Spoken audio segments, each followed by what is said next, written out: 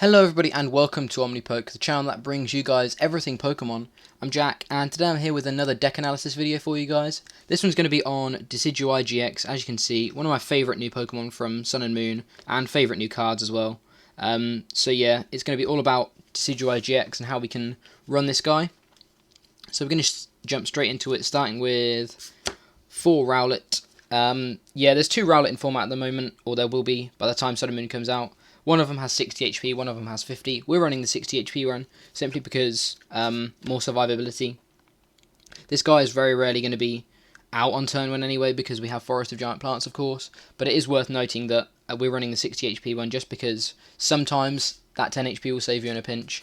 There's nothing much else to say about the card. It has 2 attacks, 1 for 10, 2 for 20. 1 retreat, weak to fire, kind of what you'd expect from a grass type. But sort of lower evolution, but yeah, it's worth mentioning. Next, we've got 4 Dartrix, the stage 1 of this guy, and yeah, 2 attacks, 80 HP, 2 attacks. The first attack is basically a 20 snipe for 1 Colourless, and the second attack is a leaf and a DCE and does 50 plus 20 on a coin flip. So maybe irrelevant, but more than anything, again, you're going to be finding these Decidueyes pretty quickly, so more often than not, you're not going to have many Dartrix out. Similarly to Rowlet, you've got a weakness to fire and 1 retreat, so definitely could be worse. But yeah, we're running the 4-4 line simply because we're running 4 Decidueye-GX, the star of the deck. Super good card, really versatile. Just for anyone that isn't aware, the GX ruling, just so the new Pokemon GX is something new to come out of Sun and Moon. Essentially, they're very similar to EX Pokemon, but as you can see, they can be evolutions as well. So this Decidueye, if it was an EX, it would be a basic Pokemon. As it's a GX, it's actually a stage 2 Pokemon, so you have to evolve it up normally. But as with EX Pokemon, you do take 2 prizes on these guys. Also worth noting, they have a special attack called a GX attack, which you are allowed to use once per turn. You're allowed to use 1 GX attack, not once per turn, once per game, sorry. You're allowed to use 1 GX attack per game. So this is the GX we're running in this deck. Decidueye-GX, 240 HP, which is really big, a really nice amount of HP. You're not going to be getting one shot by many things at all. And then we've got an ability and an ability, an attack, and a GX attack. His ability, Feather Arrow, does 20 damage, or is basically a 20 snipe. So it's just plain and simple, put 2 damage counters on one of your opponent's Pokemon. So yeah, just a really nice, pretty plain and simple ability, but if you can get this guy set up turn 1, which obviously we can with things like Forest of Giant Plants, it means that we're going to be applying a lot of pressure with an ability like this early on in the game. His attack is pretty standard, it's just a grass and a DC for 90 damage, Razor Leaf. Paired with the amount of pressure we can apply with these snipes, though, that 90 damage is enough to be able to one-shot a 170 HP Pokemon if we have 4 of these guys out, which isn't unheard of at all. That being said, sometimes you can miss, because obviously you need the whole 12 cards, none of them to be prized. But even so, having the ability to be able to one-shot these 170 HP Pokemon is just really nice. And then his GX attack, Hollow Hunt GX, for 1 grass, puts 3 cards from your discard pile into your hand. So a really nice resource sort of recovery attack later on in the game. Maybe you just need 1 more DC to be able to knock out your opponent's last Pokemon. So yeah, it's a really nice recovery attack, and it means that Decidueye has a lot of sort of different avenues that you can play it. And being able to pick these cards back is really nice. 3 as well is a really nice number. It means that you don't have to make too many awkward decisions. 3 is a really nice amount to be able to get back. We're also running 1 Pinsir from the new set. This guy is really cool. 110 HP, weak to fire, 2 retreat cost. All of the new cards, all of the new translations will be in the description, by the way, so you can go back and refer to them later on. But yeah, we're basically running him for his first attack. His second attack is just 2 grass for 50, pretty standard. His first attack, however, for a DCE, flip a coin. If heads, your opponent puts their active Pokemon and all cards attached to that Pokemon back into their hand. That's pretty devastating. On the first hand, if that's their only Pokemon out, it means that they automatically lose that game on a coin flip, which is really, really big, and it means that we do have an alternative win condition here, rather than just having pure take 6 prizes. We are able to bench our opponent relatively or relatively consistently if they only have one Pokemon out. It's completely on a coin flip, which is really, really nice. Secondly, not only with the rise of GX Pokemon, I think there's going to be more evolution decks, but also things like Yveltal, which stack a lot of energy on to try and deal with our Decidueyes in one turn. Being able to get a DC, get a heads on this attack, means that it completely resets your opponent a lot of the time. With Yveltals, you're going to often see them stacking a lot of energy. That all has to go back into the hand. Your opponent has to manually attach all of them again, and it really puts them sort of behind. Something to note with an attack like this and the GX attack is also that we're still applying pressure with these abilities. It's not like we're not doing anything with these abilities, or the GX attack, with this attack, or the GX attack, sorry. We're still applying pressure with the ability, we're still dealing up to 80 damage per turn. So it's essentially, it's like reading the attack, but also it does an X amount of snipe damage, depending on how many Decidueye you have out at the same time. So we're still applying pressure, which is really nice. It means that if we maybe fail this coin flip, it's not the end of the world, because we've still set up a knockout for next turn, and all we need to do is find our Lysandre, or find another Decidueye, or be able to just apply some more ability, or deal some more damage through the abilities later on. So yeah, it kind of covers both bases, which is really, really nice. Next up, we've got one Beedrill. Similarly to Greninja, Garbodor is a bit of a pain because it blocks your abilities, meaning that you can't use the sniping ability very much, or at all. Double Scrapper means that we can get rid of tools, get rid of our opponent's Garbodor, the tool on our opponent's Garbodor, meaning that we can use our abilities again. Also gets rid of things like Fighting Fury Bolts, which means that EXs and other Pokemon are still in range for us to be able to one-shot them, which is really, really nice. We do have the ability to use Pin Missile for a Grass and a Colourless. Does 40 damage on times the amount of heads on 4 coin flips. Nothing too relevant, but it's worth noting that you can use it. But yeah, being able to stop our opponent setting up a Garbodor and winning, we do have answers for that. We've got a 1-1 Shiinotic line. I believe this guy's called Morelull. I can't remember. But yeah, we've got a 1-1 Shiinotic line. Morelull, I'm gonna go with Morelull. Has 2 attacks. His first attack for a Colourless just puts your opponent to sleep, and his second attack for a Grass does 10 damage. So pretty standard.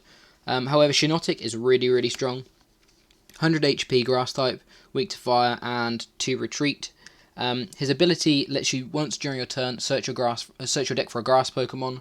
Obviously, so far the whole deck is Grass, so that's search your deck for a Pokemon essentially. And as you'll see, the only 2 Pokemon that aren't Grass are Shaymin-EX. So because of that, this is essentially once during your turn search your deck for a Pokemon and put it into your hand. And then with Forest of Giant Plants, it means you're just cycling so much. It's super, super strong. And it's just it's like another ball search every turn, which is really, really nice. And then his attack is the same as his sort of lower form for Grass Colourless, does 30 damage and puts your opponent to sleep. Could be useful in a pinch, not at all what the deck's focused on, but it's good to know that we have options if we can't get our Decidueyes out, things like that.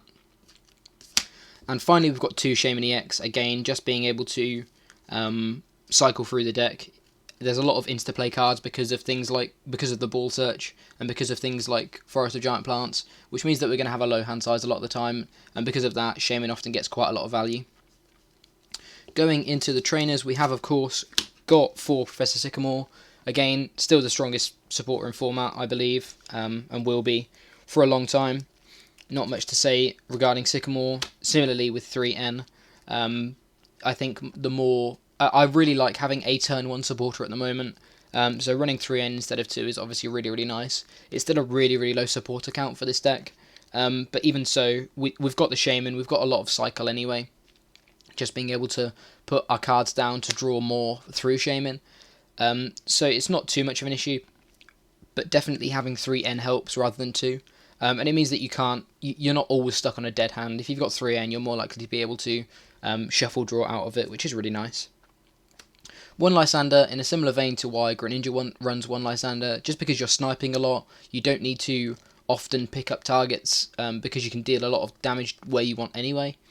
But it's still useful to have one, and because we've got 4 VS Seeker, again, we can reuse this guy. Being able to stall behind something maybe, or just pick up a knockout that you've perhaps set up in an earlier turn using the Feather Arrow ability. So having one is always useful, but I don't think we need more than one. And Olympia, obviously, there's none of these cards have free retreat, and we're not running any float stones or anything. So having a searchable or a reusable switching card is really, really nice. It means that we don't get caught active, and our opponent can't stall us out, things like that. Even if we can't find our Olympia, we can still apply a little bit of pressure with these Decidueyes. So that's why it's not hugely sort of fatal if we can't. But we still want to be able to be attacking most of the time, so hence we want to have a reusable switching card if possible. Next up we've got, of course, 4 VS Seeker, pretty standard, not much to say. 4 Forest of Giant Plants, again, everything but the Shaymin is a grass type, and hence you can evolve most of the deck on turn 1. So having access to these guys is just really, really useful. After that, they just discard fodder for Shaymin, which is fine. And having 4 means that if your opponent starts with a stadium, you're never going to lose the stadium war, really. If you place the first stadium, I guess you can lose the stadium war, but a lot of the time you're going to have set up fully by the time you've used your last stadium. So just having 4 means that we've just got more physical copies of them, and it means that we're always hitting them when we need to on these early turns to set up the Decidueyes and apply a lot of pressure. 4 Ultra Ball, again, pretty standard. Something to note is because of this Hollow Hunt GX attack, where some discards aren't at all as painful as they would expect, or they would be in other decks, simply because you can get your resources back later on in the game. And because of that, Ultra Ball is just a really, really nice card, because you always know you can get something back that maybe you've had to discard early. So it's never too much of an issue. And yeah, it's just a really, really nice ball search card, paired with 2 level ball and 1 timer ball. Obviously the 2 level ball can't search Shiinotic, so that's why we're only running 2 level ball, simply because they can only really search these guys up here. But just being able to find a lot of Rowlet and Dartrix early on is really, really important to be able to start applying pressure with Decidueye as soon as possible. The timer ball is a new card from Sun and Moon.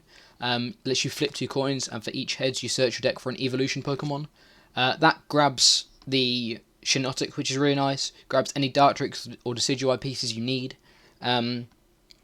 So yeah, it's just and paired with the Forest of Giant Plants, you just insta-play them as well. So yeah, it's just a really, really solid card for a deck like this. 3 Trainer's Mail, again, pretty standard, pretty self-explanatory, just being able to continually cycle through the deck. There's quite a few trainers, there's quite a few Pokemon in the deck, but there are still quite a few trainers in here. So yeah, you're often going to be hitting targets, and a lot of these targets are insta-play anyway for Shaymin. So yeah, it's just a really, really nice cycle option. Our tool of choice is 2 Weakness Policy. It means that if a Decidueye has a Weakness Policy on it, it doesn't get knocked out by a single Volcanic Heat without any steam ups from Volcanion. Volcanion seems to be one of the strongest decks going into the new format. I think Volcanion is in a really, really good position at the moment, or will be going into Sun and Moon. And because of that, having Weakness Policy means that you can still kind of try and keep up with them. It can still be difficult if they manage to knock out your Weakness Policied Decidueyes, but then that's why we're only running 2, because you have Hollow Hunt to be able to get them back. It's not like you've only got 2 for the whole game. You can technically have 4 if you Hollow Hunt 2 of them back. So yeah, you are definitely able to keep up with Volcanion, even though it is a super consistent deck and has weakness on you. You can still definitely apply a lot of pressure, and you're also kind of doing your own steam up type things, being able to deal 20 damage multiple times a turn, which is really, really strong. But in favour of you can deal it to bench things, whereas they always have to be hitting your active. Next up, we've got one Revitaliser. Again, just being able to cycle everything back in, being able to insta-play another Decidueye down if you've got a Rowlet sitting on the bench. It's just really, really strong. So yeah, it just makes sense in a kind of deck like this. And finally, very similarly, one Super Rod. Able to get your energy back as well. We're actually only running 7 grass energy, because we're also running DCE as well, so having an option to be able to get grass energy back is really nice. Having an option to be able to get some of these other Pokemon back is just really nice as well. Maybe you don't need them as urgently as you would if you were using Revitaliser. So yeah, it's just being able to shuffle a few more cards back into the deck. Finally, onto the energy. We are running 4 DCE. Again, another card that really sort of helps speed up the deck. Means that you can get attacking turn 2 after you've been using abilities turn 1. You can also power up a Pinsir in a turn, which is really nice. And you also have access to Shaymin Sky Return Loop. So yeah, that's why we're running DCE, simply because it helps with a lot of the attackers. And then 7 grass energy to round it off, just because you only need 1 energy for all of our attackers. So more often than not, it's just going to be an energy and a DCE. But yeah, thank you very much for watching. I really, really like this deck. I think it's got a lot of potential, can apply a lot of pressure, and Decidueye is just a really, really cool Pokemon. I think his GX is definitely one of the strongest in the set. This Feather Arrow ability is really, really powerful, and because of that, I'm really, really looking forward to trying this deck out in things like League Challenges and stuff, because I think it can do a fair amount and face up to a lot of the format. It's got a lot of answers, got a lot of different avenues of play, and yeah, I'm really, really looking forward to trying this deck out in a tournament. But yeah, thank you very much for watching. I've been Jack from Omnipoke, and I look forward to seeing you in another video.